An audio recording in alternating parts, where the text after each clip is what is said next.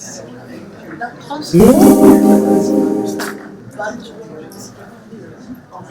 evening, everybody. It's very nice to have you all here. And I don't know how you got here because the traffic is horrible and the rain and everything else, but welcome. So this is a meeting of the Hemlock Society. I'm Faye Gersh. I'm the founder, and fortunately no longer the head of it. The president is laid up tonight.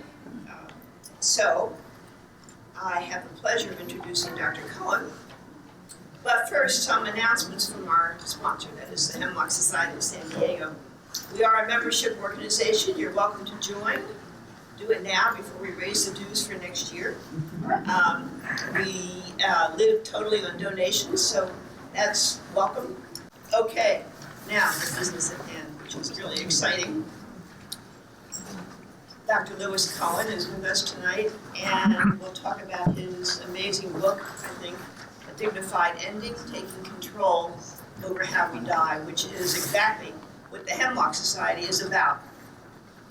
And in fact, this is a description of his book, which is exactly what we've been doing here in San Diego for 32 years. He said, this book challenges the dogma that prolonging life through every means possible is the only reasonable response to a dire diagnosis, and that it is unacceptable to embrace and shape our deaths. We don't believe that, and neither does he, and that's what we have our meetings about, to see how we can control our own death. Dr. Cohen is a professor, I have to read this now because I didn't commit it to memory. He's a professor of psychiatry at the University of Massachusetts Medical School and a palliative researcher. He's a Guggenheim Fellow and has been the recipient of numerous writing awards. Tonight he will read from his new book, A Dignified Ending, and I've placed a few flyers about the book in the back.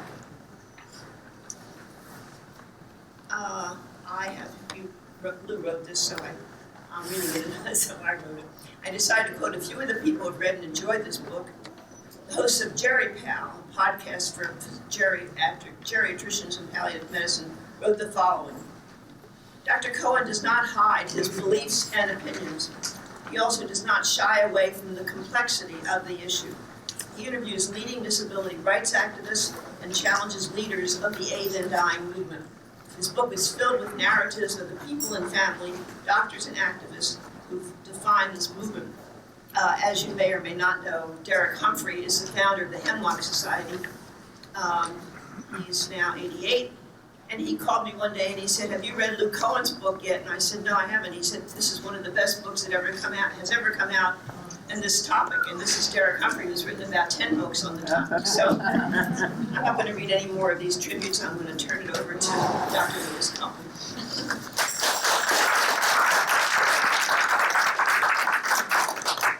Well, Faye just took my breath away. Thank you for that introduction.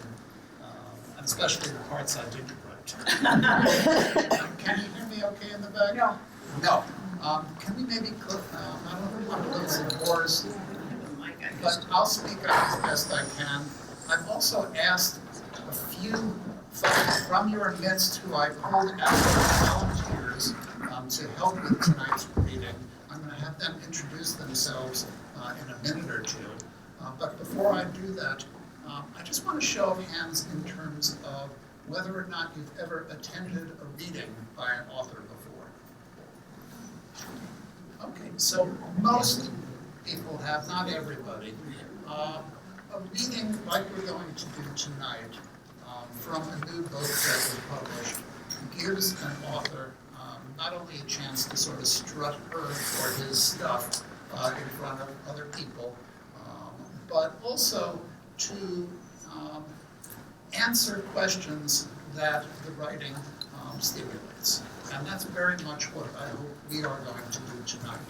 So the format that I've come up with is that I've selected 2 little chapters from the book that recount one particular story. And this is actually how the book begins. And since the voices, since the characters' voices in these chapters are I think, worth articulating by others, not just me.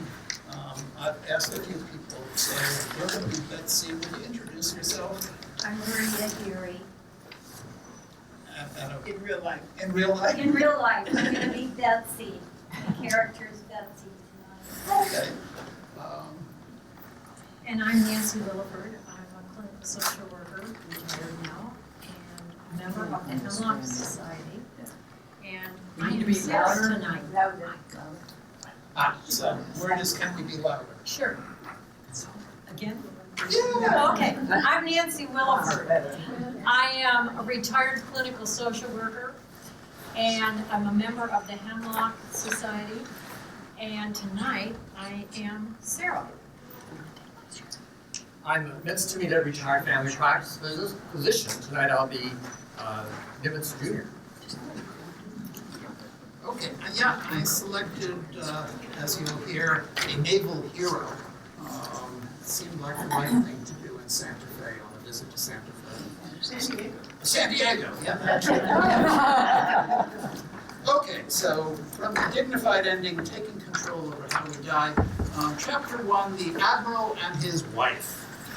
On New Year's Day in 2002, 3 generations of the Nimitz clan assembled for an unusual holiday lunch. Rear Admiral Chester W. Nimitz, Jr.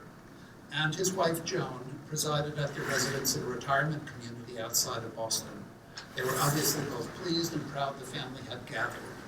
Their home was tastefully decorated with comfortable, older furniture and memorabilia from around the world. Like everything about the Admiral and his wife, the place was clean and orderly.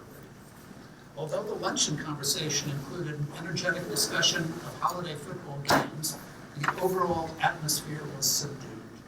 This was not a typical raucous New Year's celebration, and the assembled sipped their wine thoughtfully.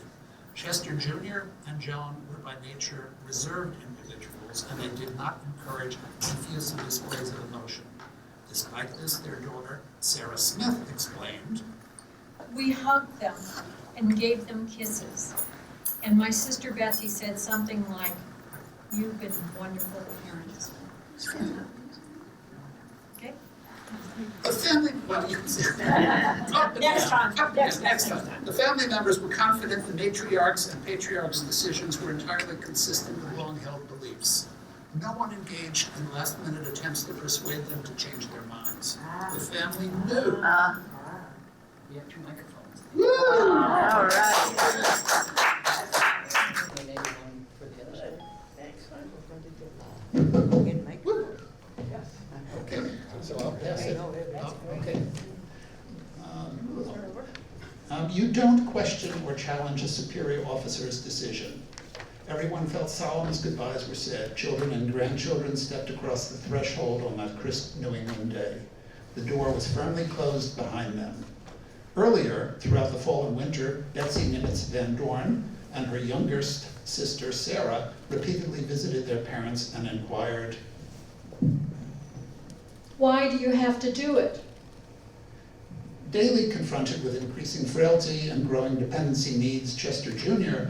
told his daughters, "It is the one last thing I have to do for your mother."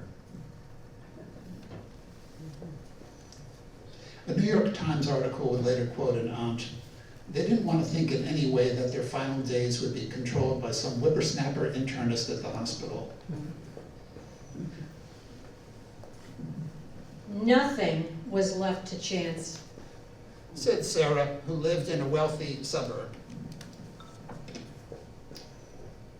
He made sure everything worked out the way he wanted.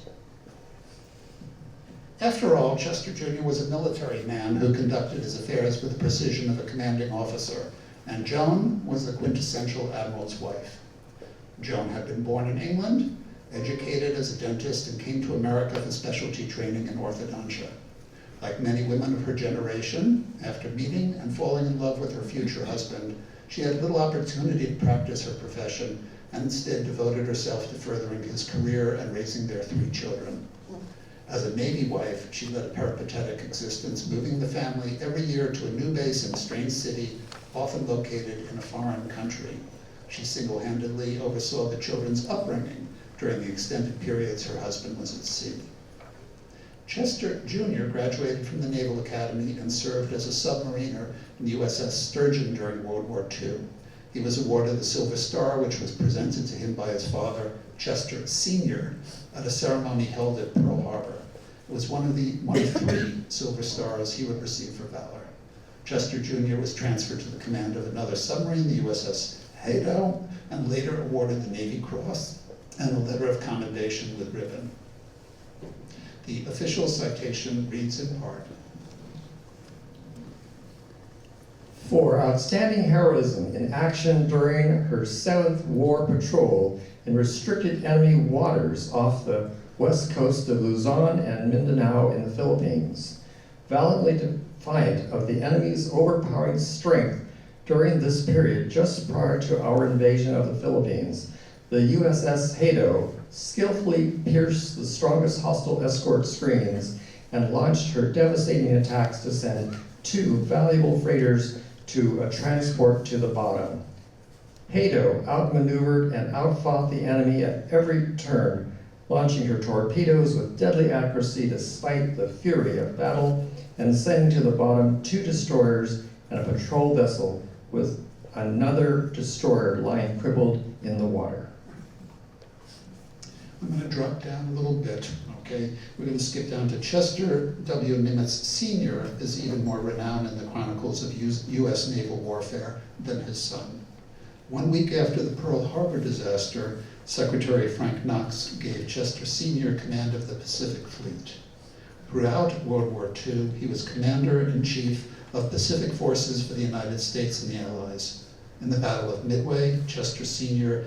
fighter bombers caught the Japanese fleet off guard as the carrier aircraft were being refueled. The Allied pilots sank 4 of the Japanese carriers. Part of what made this exquisitely sweet was that each vessel had originally attacked Pearl Harbor. While Chester Sr. remained in the military, Chester Jr. became a highly regarded business executive. Recruited by Texas Instruments, he later was president of the Perkin-Elmer Corporation. According to Betsy, he took considerable satisfaction in paying a larger amount in income tax during his first year in Dallas than he had cumulatively earned during 2 decades in the Navy. Chester Jr. and Joan did not lead especially lavish lifestyles, but they were extraordinarily generous to all their progeny. The couple's credo was, We are not the kind of people who would ever want to leave any of our children a trust fund.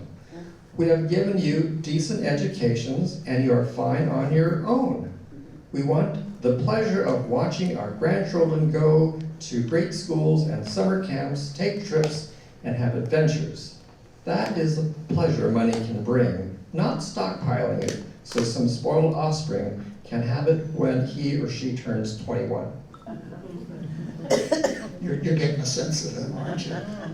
In a photograph taken outside of their house on Cape Cod, the Admiral and his wife are a well-matched gray-haired couple. In military parlance, they stand at ease with their hands behind their backs, casually dressed in slacks, slender and smiling with self-confidence. Chester Jr. and Joan were longtime members of Hemlock Society. The organization's philosophy that people should be in charge of their deaths as well as their lives appealed to them as meticulous managers. The couple freely discussed these beliefs with their children, and Betsy said, They always proclaimed when they got sick and tired of feeling sick and tired that they would do themselves in. Betsy's confident her parents also expressed these same opinions about end-of-life matters to Chester Sr. and his wife. Betsy? Oh, sorry, that wasn't underlined. Oh, I'm sorry, my fault. My grandparents were quite liberal and open-minded and not a bit religious, so that wasn't in the way. I would say, while it never would have occurred to my grandparents to do anything like that for themselves, they would have heartily agreed it was a civil right, and they were big supporters of civil rights. Hemlock principles did not call for Joan and Chester Jr. to refrain from taking full advantage of medical science. When the Admiral developed coronary artery disease, he underwent the recommended and grueling quintuple cardiac bypass surgery. He successfully dealt with the pain, accepted the cardiac diet, and embraced the challenge of physical therapy. After several years, however, Chester Jr.'s litany of health problems became lengthy. His vision deteriorated, and he could no longer safely drive. He had frequent bouts of congestive heart failure, experienced chronic back pain, repeatedly slipped and fell, suffered with gastrointestinal problems, lost 30 pounds, and to his great shame, became incontinent. Extensive evaluations and treatments at the best Boston teaching hospitals proved ineffective at controlling the symptoms. Now, by age 89, Joan was suffering from severe osteoporosis, bone fractures, and the constant pain of peripheral neuropathy. Although she and her husband loved golf, this pursuit was no longer possible. Macular degeneration made it difficult for her to read. Nurses were employed at their home to attend to Joan's worsening health problems, but the couple did not want to squander all their money on such care. They were both appalled at the vast sums spent at the end of life to sustain people who are frail and sick and unlikely to get better. Joan's visual impairment became incapacitating. The Admiral, 86 years old, worried his heart condition might suddenly worsen and that his wife would be unable to die by her own hand. She too was fearful that without her husband's help, she might not be in a position to make use of the pills they had accumulated. The couple openly talked about these concerns with their daughters. According to Betsy, her father had a large file box labeled with a 3x5-inch note upon which he had written with a magic marker, When C.W.N. Chester Williams Nimitz dies. and in it were his important documents, the insurance policies, bank statements, and forms concerning his Navy pension. They were intended to save the family from scrambling around in search of his papers. Throughout the last year, the Nimitz couple talked about their plan. It was to follow the suggestions of the book Final Exit, written by Humphry. Betsy said, When ready, they intended to begin with an anti-nausea suppository, followed by barbiturate sleeping pills, chased with a little of their beloved Mount Gay rum, with a squeeze of lime and soda, and maybe a little peanut butter to settle their stomachs. The last step involved securing plastic bags over their heads as a precaution in case the medication was not sufficiently lethal. The Admiral was going to let his wife take the pills first to make sure she was dead before he followed her example. Betsy observed, None of it was particularly pretty, but they were just so determined and upbeat about all of it. now the Admiral and Joan wanted one more chance to write estate tax exempt checks for their children, husbands, and grandchildren. These were dated January 2nd, 2002, and left in the apartment. Death had been no stranger to this devoted couple, and it engendered no fear. She had experienced the deaths of siblings, including one of her brothers, a Royal Air Force pilot shot down in combat. He had witnessed the surfeit of destruction in the wars. After the family left the apartment on the evening of New Year's Day, Chester Jr. and Joan wrote a suicide note for the staff of the retirement home. It read in part, Do not resuscitate. Do not dial 911 in the event we're discovered unconscious but still alive. Our decision was made over a considerable period of time and was not carried out in acute desperation, nor is it an expression of a mental illness. We have consciously, rationally, and deliberately, and of our own free will, taken measures to end our lives today because of the physical limitations on the quality of our life. The day after New Year's, Betsy was up early and waited impatiently by the phone for the call she knew was coming. After the police officially notified her of the deaths, she brought out the comprehensive list of people and telephone numbers that her father had compiled and left in the CWN file box in anticipation of this chore. She divvied it up with her sister, Sarah. Before any word had gotten into the newspapers, they called their parents' closest friends and told them what happened. The almost universal response was, "Yep, that's your parents." They were extraordinary. But, as I'll discuss in more detail, the deaths of the Admiral and his wife would engender a great deal of both praise and condemnation, and I was able to discover some planned deaths are not nearly as orderly as the ones the Nimitzes had so carefully crafted. So that's the end of that chapter 1. And want to hang in for a second, the second half of that, of this, or should we start taking some questions? Keep going. We'll keep going? Okay, we'll keep going a little bit more.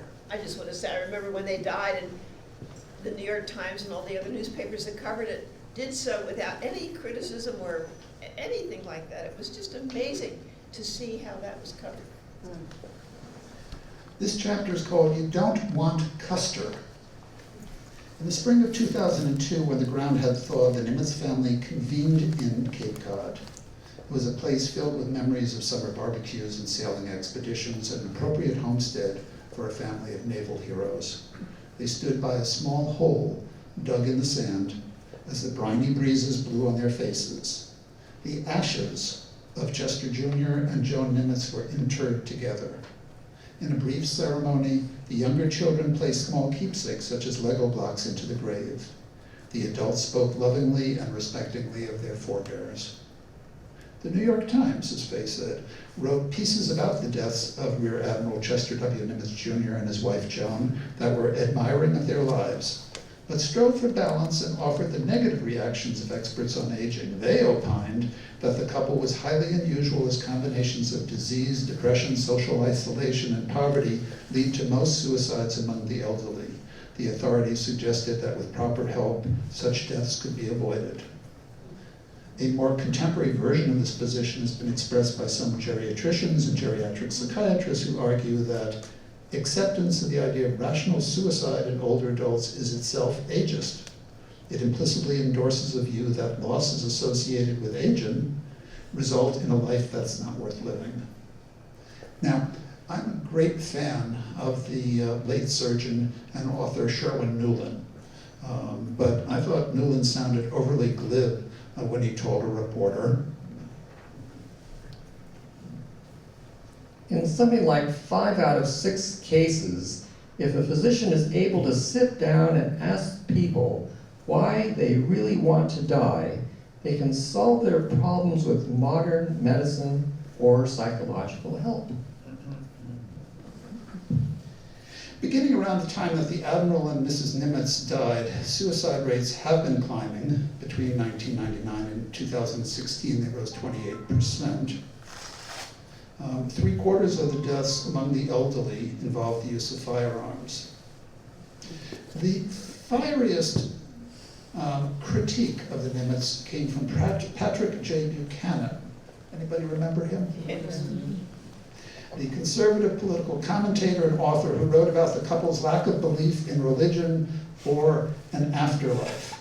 Although in his commentary he acknowledged that one of Chester Jr.'s sisters was a Catholic nun, and she had nevertheless remained sympathetic to her brother's decision to end his life, Buchanan labeled the deaths a moral tragedy. He warned that many observers might emulate the behavior and mistakenly view it as the rational decision of a brave man. But Buchanan declared the deaths of the Admiral and his wife to be a victory for the infamous Hemlock Society. He likened their actions to that of misguided modern-day Greek Stoics, or ironically, given the Nimitz's family war service, Japanese kamikaze pilots.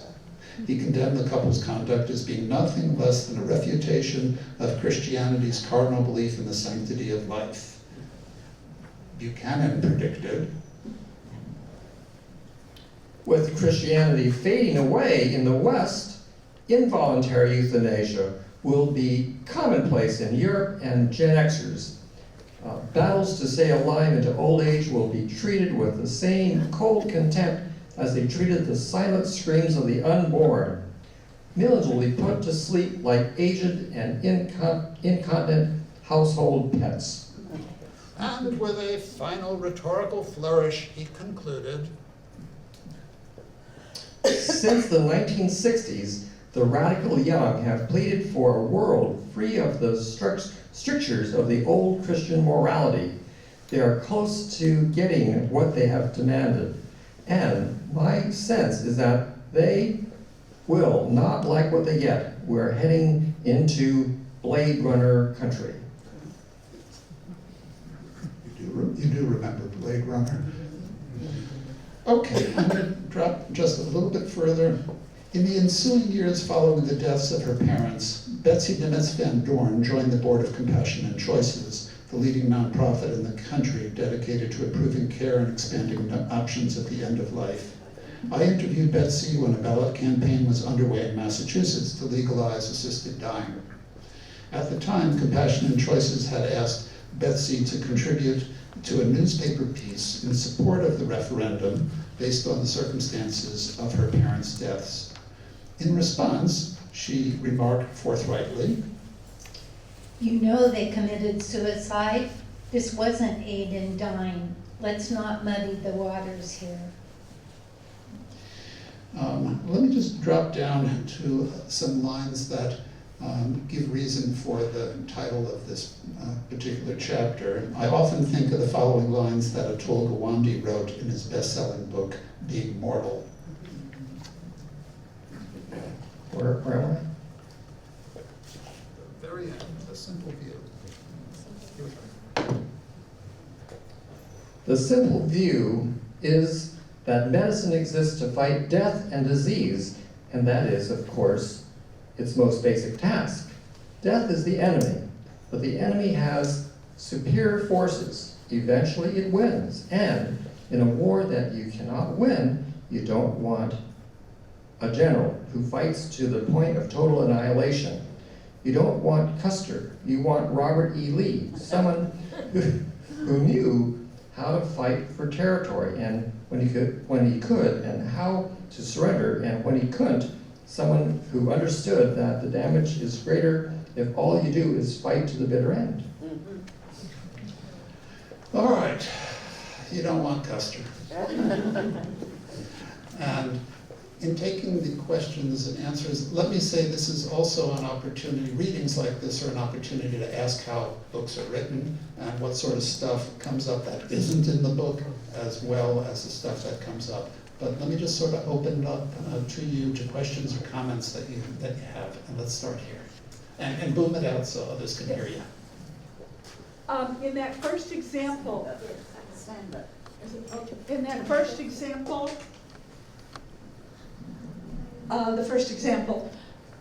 they describe how they died. Certainly, after all these years with Hemlock Society, there's got to be a simpler way, and I mean, they seem so meticulous. How did they not know that and tell us what that is? And Faye, I don't know if you want to help answer how things are done now, but again, this was 2002 when this occurred, so let's keep that in mind. So since that time, there are 10 states and the District of Columbia that permit assisted dying for terminally ill people. That is, they permit doctors to prescribe assisted dying drugs that a patient can take on their own. So that is a better way. And then Sally Troy is here from Final Exit Network, which is a national organization that helps people die in a different way using a non-medical model. And then there are people who choose to stop eating and drinking. And those are the ways that most people can choose to die. That's a little more, well, it's a little different than what the Nimitzes did. How they got their barbiturates is another question. If you could get them, then you could essentially do what they did and die fairly peacefully, but you can't. Or at least, I don't know how to get them. So that's why we have meetings every month to discuss all the things that people can do to prepare for a peaceful death. The moment of death is not the whole point of it, is preparing and all the things you can do to prepare so that you can die the way you want to. But we're a long way from being able to die the way we want to. Were any of you here last week when Stephanie Green spoke, doctor from Canada? It's so much better in Canada. You know, we've had our End-of-Life Option Act here in California now for 3 years, passed in June 2016. And Canada has the same population as California, passed their law at the same time, and some 10,000 people have died using the law in Canada, which permits also a lethal injection, and about 500 people in California have died during the same period. So we have a long way to go to improve this law, and it's the one reason that the Hemlock Society is different from Compassionate Choices, which has been very successful, Compassionate Choices, in getting this law passed in all these states, but also is very rigid about the medical model and terminally ill and waiting period and all this stuff, which many people find too restrictive. So we talk about all methods of achieving a peaceful death, not just the Oregon model. Okay, let's take some more observations or questions from folk. Yes? What is the criteria for terminally ill? It's pretty straightforward in this country. The term terminally ill means that someone has a prognosis of 6 months or less, which is to say that the expectation is that the physicians who've looked at their story, who know the person, believe that they're going to be dead within 6 months. What about the people that are in chronic pain and can't deal with it, but don't have a terminal prognosis? Right. Quite true. When the laws were first crafted, when Oregon 25 years ago first passed what is really the model that has taken root here, they made some compromises. They were pragmatic. One of the ways that they were pragmatic was, in fact, to insist that this be available only to people who were terminally ill. And they grabbed that from hospice because the requirement to receive hospice services is that same one, that a person be terminally ill. That was already acceptable, so they moved that onto their law. But as Faye mentioned, Canada, among a number of other countries, views this quite differently. What they've done is to not use a term like terminally ill, but that death is reasonably foreseeable. They're going to change that too. And they may very well, with Trudeau having been elected again in the most recent election, he has said that he will be loosening that and a number of the other provisions to take into account people who are not on the verge of dying.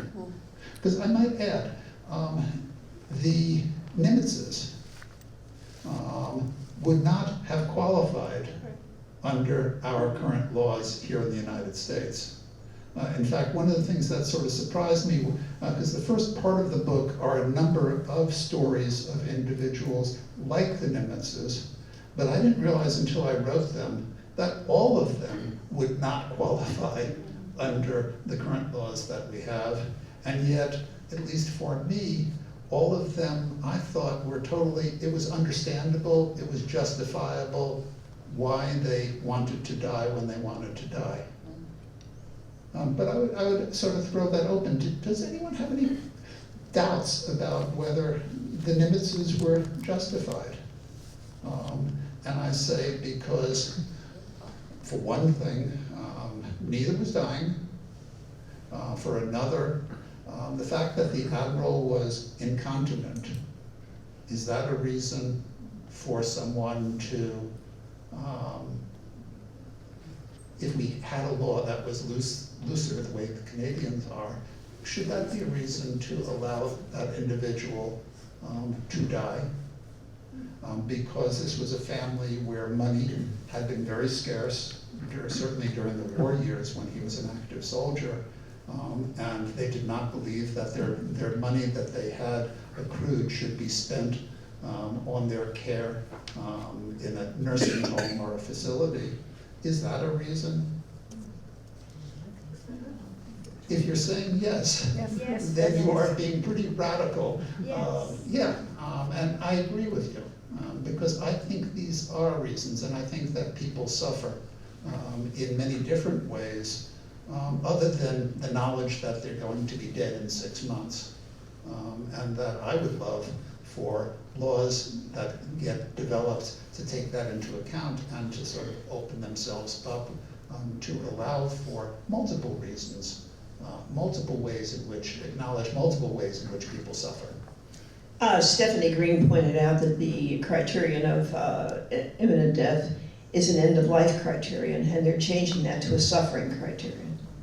Ours is an end-of-life criterion, which has no bearing on anything. I mean, people have 6 months to live that don't suffer, and people suffer for years and years with other terrible diseases. So the end-of-life criterion is not used anywhere but in the United States. And unfortunately, it's being spread to maybe New Zealand and Australia. But if you don't think that's right and you think people should be able to die the way they want to, please join us, because that's what we talk about. Some questions? Yes. What are the life insurance issues other than a 2-year waiting period? Yeah, just about, I think every one of the American states have made it explicit that people who take advantage of the assisted dying laws are not committing suicide, and that any kind of restrictions that are in life insurance referring to suicide do not apply to such individuals. Well, what does that really mean in terms of life assistance versus simply suicide? So if I could kind of reframe your question a little bit, but is not what the Nimitzes did suicide? Most policies will cover suicide if it's 2 years after you've had the policy. We had, I remember members in New Mexico who planned their death very carefully, and as soon as the policy reached 2 years, they did it and collected. But let me be clear that suicide is a word that is highly emotionally charged.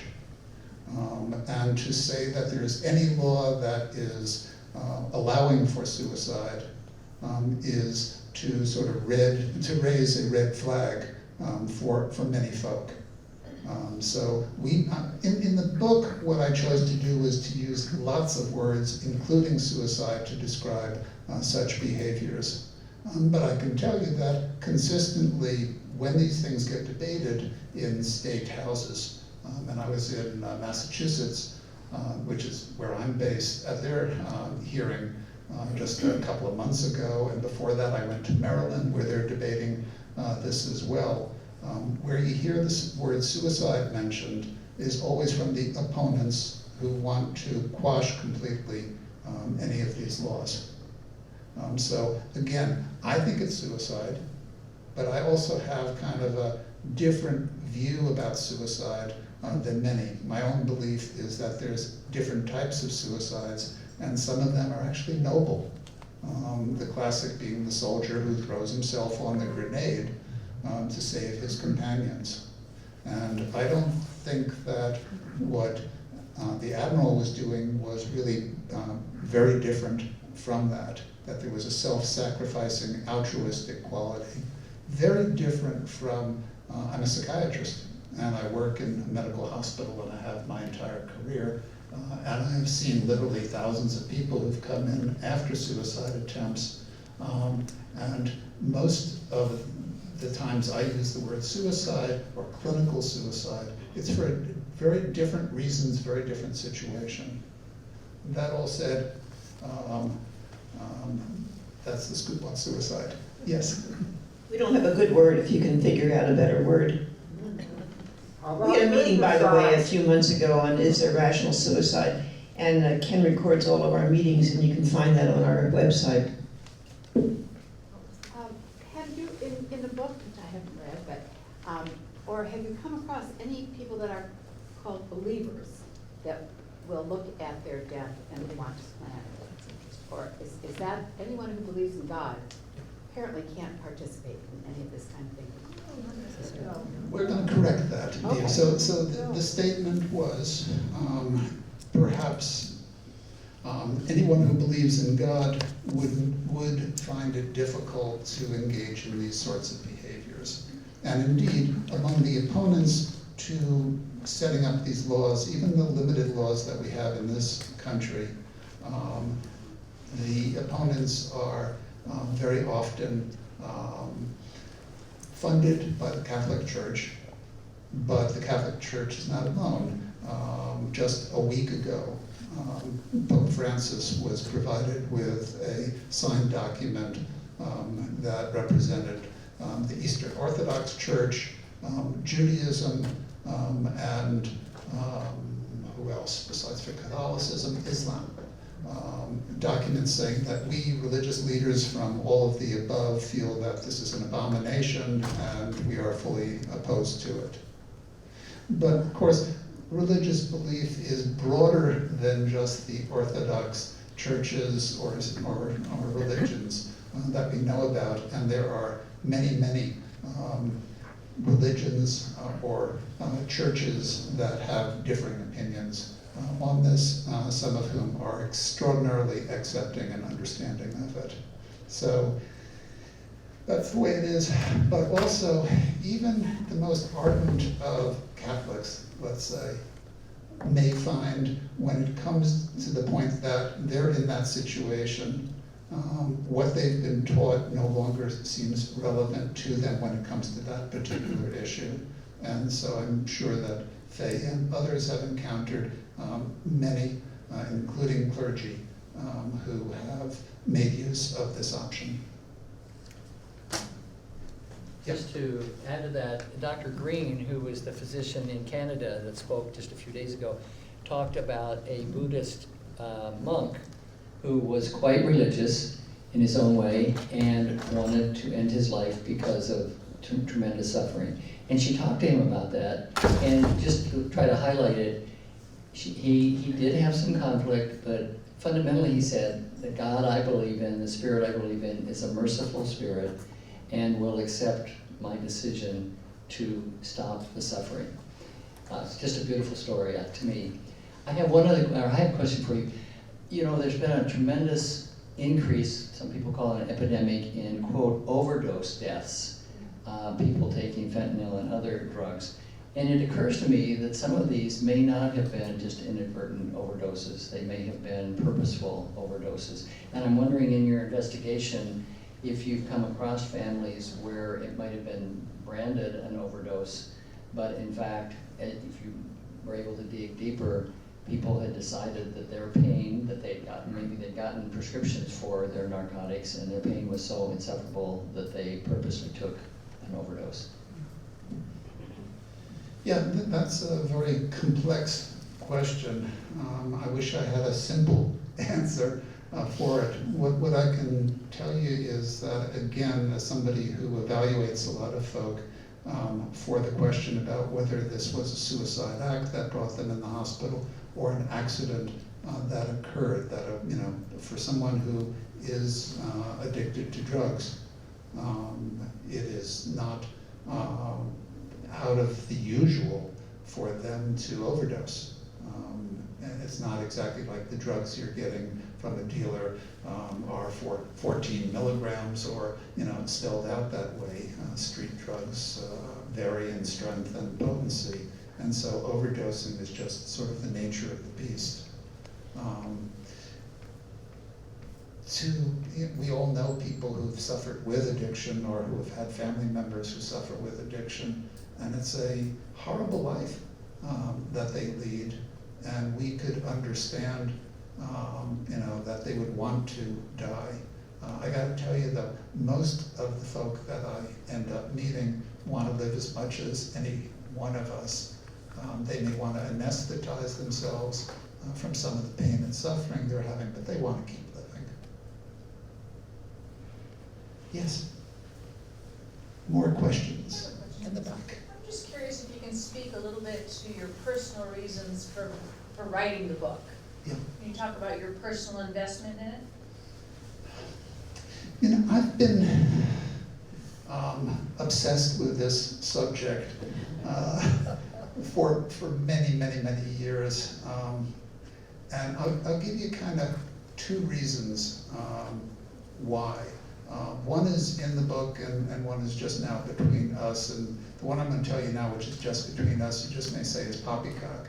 But hey, when I was 1 year old, I had what's called an intussusception, where the bowel just sort of kinks.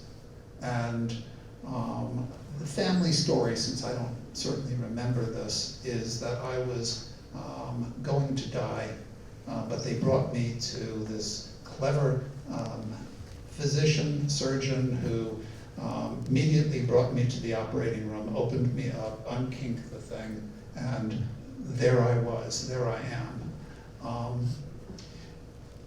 What that left me with was kind of a different view about dying. I have always sort of gone through life thinking that I could have been dead at 1 year old. And it's left me sort of puzzling over that. And I think that my obsession to try to make sense of it, and this is the second book on the subject, and I've done a lot of research before that, formal research, is sort of still tied up in my trying to make sense of, I'm alive, but I could have been dead.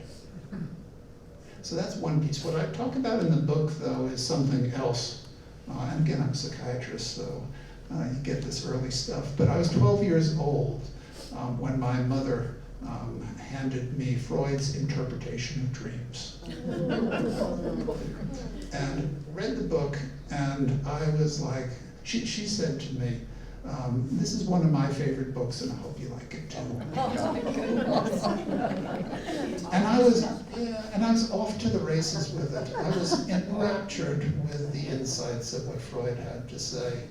And so, fast forward a little bit. This is why I became a physician, because I wanted to become a psychiatrist like Freud. And in my last year of medical school, I went to London. I spent a year basically with Anna Freud, Freud's daughter. And I sat in his library, and his bust in marble looked down on me, and I read. And I came across this quirky book written by Freud's personal physician, a guy named Max Schur.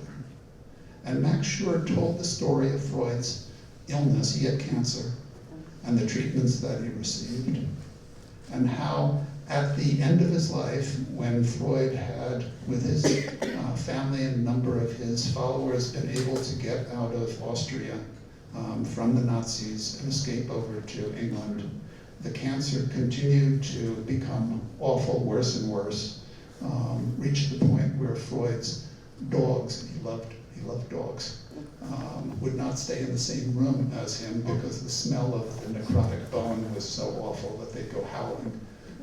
But he turned to Max Schur, this physician, and he said, I've had enough.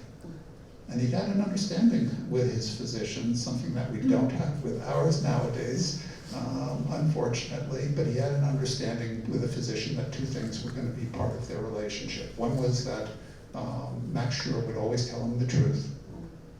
And the second thing was that when he said, I had enough, Max Schur would do something about it. And it was at that point that Max Schur touched base with Anna Freud, and then went into the room and administered morphine to Freud and put him in coma, gave him another shot a little bit later, and that was how Freud died. And I think that, as much as anything else, has worked its way into why I did the research on this book. Do those answer your question? Okay. Yes? What do you think are the primary cultural differences between, say, Canada and the U.S. that make it so difficult to pass a more... the primary cultural differences between, say, Canada and the U.S. that make it so difficult to pass a more compassionate law here? Yeah, and why has the Netherlands had its laws in effect protecting patients and the physicians and their families so that they wouldn't come under criminal liability for doing these things. Or why Belgium? I don't know quite why our country has had as much difficulty. I mean, it's a milestone that it's 25 years we have the Oregon law, but again, it's been repeated in these 10 states, as Faye said, and we haven't, been able to expand it quite yet. I don't know. I do know that I've been writing an op-ed this year, which is going to be titled "I Would Like to Die Like a Canadian." Oh, you're writing the same one? Well, Barry Price is our new president. But it is unfair. It is unfair that we cannot choose when to be born. We cannot choose when to die. Yeah. I think that's what's motivated me the whole time, how unjust it is. Yeah. I'm a member of Amnesty International, a group one of the groups that resides here in San Diego. And not long ago, one of our members committed suicide. And he was 67 years old, and he left a very lengthy letter as to why he did it. And he was actually a very valuable member of our group. Some of our members were very disheartened by what he did. But I brought it to their attention that beautiful book that I'm sure you're familiar with is called Loving the Good Life, when this couple made a choice how to end their lives. And after explaining to them, they understood even more clearly why he did it. But of course, his letter helped a lot. And it brought me to the conclusion that often when members choose to end their lives, whether family or friends, often it's more of a grieving for those that are behind for I won't say selfish reasons, but to some extent they don't want to experience the pain of losing a member. So they resist the wishes of someone that really wants to end their life for good reasons, for their own reasons. So I think that left me with a very impactful understanding of how important it is really understand the reasons why friends or members of one's family want to end their lives and be at peace with it. Yeah, again, we get to the complexity of suicide, which one of the things that sort of shocked me, really as I obtained stories like that of the Nimitz, was how those deaths that I tried to describe, how we're talking about, those deaths that we're talking about here, how they enriched the lives of the people left behind more often than not, that people felt really good about them. They felt that there was a certain honesty to it, that people were true to themselves, and there was rejoicing in that happening. In contrast to, again, the more traditional suicide, in which families, friends are devastated by those, in which they feel that they've been violated, that they've been aggressed towards in an unthinkable kind of way. There's really just a difference in terms of the same kind of act, but different circumstances, and how we react to it. But thank you. I appreciate hearing that you were able to understand and come to peace with it. Yes. Yeah, just a small addition to what that lady just said. I mean, I just lost my uncle. He was 100 years old, and he really didn't want to live anymore. Couldn't see much, couldn't hear much, and so he simply decided not to eat anymore. And it took a couple of weeks. He has 3 daughters who lived nearby, And they are devastated. And I want to shake them and say, my God, your dad had a wonderful life. How can you do this? How can you feel that way? It's such a selfish feeling that instead of saying, thank God, he did what he really wanted to do. I don't understand this kind of thinking. Well, your eyes are open in a way that maybe those daughters' eyes have just not, they've just not made it to that point where they can appreciate that there is a time to die, and that some deaths are not as tragic as others, and anyone who lives to 100+ years with all the accumulated pain and suffering that comes with that, more often than not, it's time to give a sigh of relief that such a death occurred.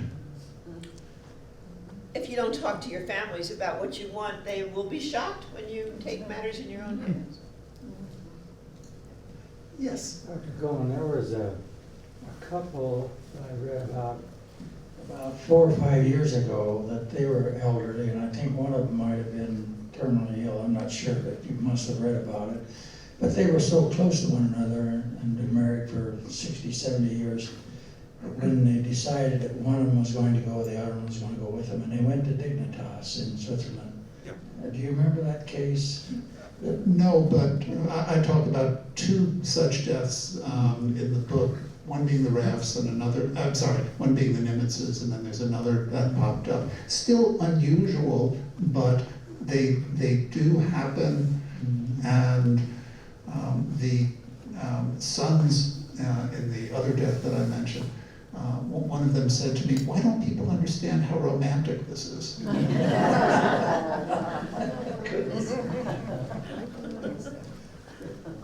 I don't know if I called that chapter the geriatric Romeo and Juliet, but that's what I was thinking.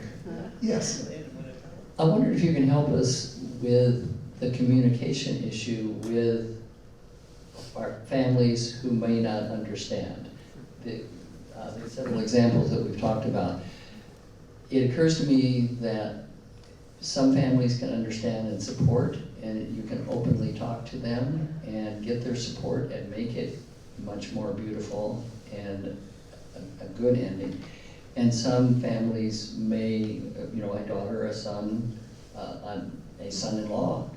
We've had cases like this that come up, are so opposed to it that sometimes they even contact the authorities, and people are committed to institutions. So maybe in some of your research, maybe advice for us if we anticipate that there are people in our family that are going to be resistant. Yeah, I don't have good advice for you other than to endorse your observation, which is that families are complex in exactly that sort of way. Massachusetts does not have an assisted dying law, so I've not been clinically involved at all with such cases. So I've not been in the trenches. The physicians who I've spoken to who are in the trenches, including some Californians, do tell me that if they persist in trying to talk to those families, that even if they can't sway the family members who are opposed to be supportive of it, by and large they find that they at least go into a neutral position, and they will often keep their mouths closed and will listen to what their loved one has to say, and they'll be present when it occurs. But yeah, some of this stuff gets ugly very easily. Yes? And by the way, I love that everybody is asking questions here. I love that, yes. They called me, would you call me Sally Troy or something? Oh, did I? Oh, yeah, I'm Sally Hall. Oh, that's and I have Sally. to put a plug in for a couple of things. I'm a member of Final Exit Network, which Faye has mentioned, which is a national organization. How many people know about it? Many people. So it's a national organization, and you don't, even though I met with Stephanie Green for dinner the other night and said I have Canadian envy because of their law, there are choices here in the United States, and the Final Exit Network offers that. We don't have the limitations that the laws in the states have. We don't have any time restraints. We have chronic pain. We have, like the Nimitz's, what we call old age rational suicide, a terminal illness, and did I say pain syndromes, and dementia. We will help work with people who have all these different diagnoses. So there is hope in this country, and we will travel to any state for free to educate and be a compassionate presence if people want to take that choice. As far as opposition to what a person wishes, this is a sensitive issue for my organization because we've gotten arrested several times because the member has either not told their family and the family finds out and is either feeling guilty because they weren't there, whatever reasons, and has contacted the authorities. So we're very thorough in vetting the family members and how they're feeling. And I personally, what's the movie that's so good that I often recommend to people, you ask for help, is A Short Trip to Switzerland. Yeah. Yeah, it's an excellent movie, and I suggest when people are having opposition from their family that they sit down and watch this movie together. It's essentially a story about a professor who has a terminal neurological illness, and her 3 children are like you, or someone mentioned that, how selfish of your mother to want to end your life. But the movie is how she converts them to being supportive and loving, and it's a really good story, and it's a really good description of what the process is like to get family members to change. I myself, as a guide, will, if I had a case a couple of years ago of a woman who had a sister who was a Catholic and an attorney, and she was very much opposed and was a great risk. And I decided, to come forward, in which she would know my name and my phone number, and talk to her about this. And it wasn't easy. She was angry, and she wouldn't. I said, well, you love your sister, you care about it. Will you take any action against us if we go forward? And she says, I can't answer that question. So that left us, pretty clear that we wouldn't be able to help. But over time, opening that discussion and those 2 sisters talking, she eventually came around. So we often find that if you can go through a process and be willing to talk to people, that they will come around. But I think that covers my plug for Final Exit. Thank you. I would like to piggyback on that and say that lady over there, what is your name? Bianca. I thought you were very insightful in that you understood that the family members who were protesting the suicide were defending against their own suffering and their own pain of loss. And so piggybacking on what you said, worst comes to worst, there's always a family therapist. And to use in preparation. And why not? A third party, or 5th or 6th, whatever it may be, can also help facilitate the family to at least understand and perhaps support. That's what Janet Atkins did. First patient that could work in helped with dementia. Their whole family went to a family therapist before she made the decision.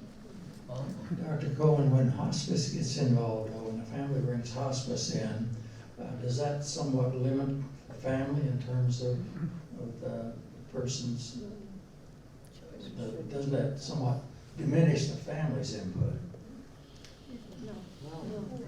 No, I don't think it diminishes the family's input. In fact, hospice, by and large, is very welcoming of the whole family knowing what's going on and knowing what's involved. What I would say, and I don't know if you were going there, but in the annual reports that each state does that has passed laws, assisted dying laws, among the things they look at is were these folk who took advantage of the laws, were they receiving hospice care? And in fact, almost all of the people have been receiving hospice care, have been receiving palliative care. And there's a kind of a sly reason why that is.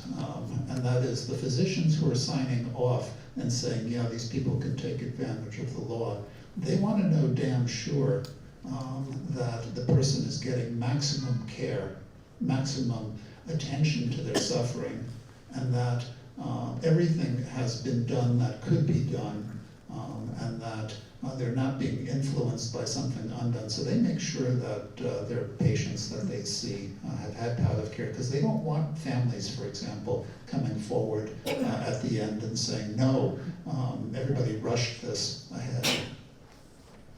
I might add, there is a little twist to this, and Dr. Tamita and Faye may add more. It depends on the hospice organization. You know, they have their own feelings, they have their own administration, and there are cases where they are very opposed towards hastening death. They feel like they want to mitigate suffering, and hospice is unusually good at that. But some people say, even though my pain is not as bad, I just see the decline and it's time to go. And so, for example, voluntary eating, and sometimes, well, voluntary eating, voluntary stopping eating and drinking, there are hospice that can't support that and will not allow the patient to stay in their facility. So if you're in a situation where you may be going to hospice, but you still want to have control over your final exit, we've been advised that it's very important to check with that particular hospice, especially if you're going residentially, because they're going to have a lot of control over your life if you're living in a hospice facility.